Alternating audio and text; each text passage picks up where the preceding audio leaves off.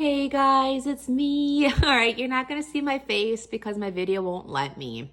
But here is going to be the Matthew 24 timeline. You can take a screenshot and then you can zone in wherever you feel led. But what I'm going to do is I'm going to start over here, okay? So right here is going to be that 7-year tribulation. So again, this is just based on Matthew 24. So what I see happening before the 7 years in regards to Matthew 24 would be these things, okay? So the beginning of birth pains, the deception of false Christs and wars and rumors of wars. We talked about all of that. Nation against nation, kingdom against kingdom, and famines, pestilences, earthquakes. I see a lot of them happening before those 7 years. Doesn't mean these things aren't going to happen over here, okay?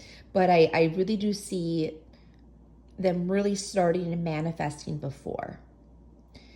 Then, once we get to the 7 years, although the first 3.5 years will have a form of peace and safety, I believe for the Christians, this stuff's going to happen.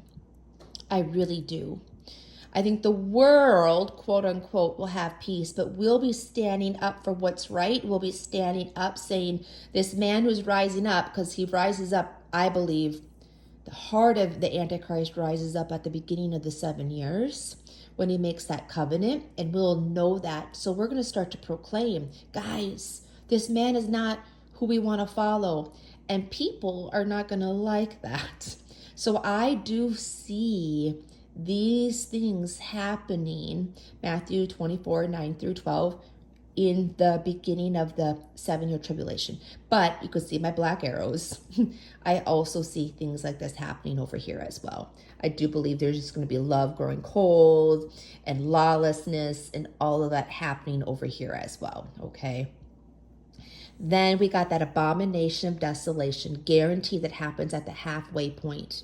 Okay, it's Matthew 24, verse 15.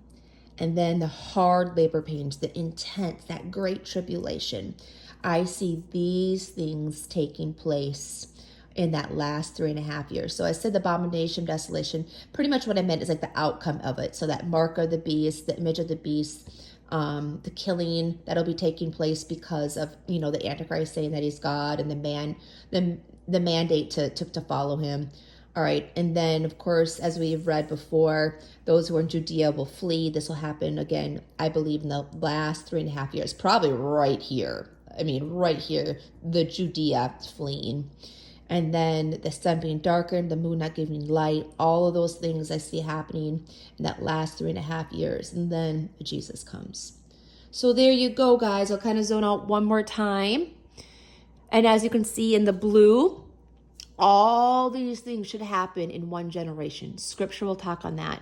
Matthew 24, verse 34. We haven't gotten there yet with the YouTube channel. That'll be probably next week.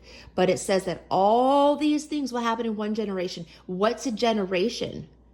The root meaning said 30 years. And it could be 100. I've heard people talk about 100. A generation in biblical terms is 100, but the root meaning of generation, it said 30 years. Oofda, oofda. And then all these things need to happen before Jesus' return.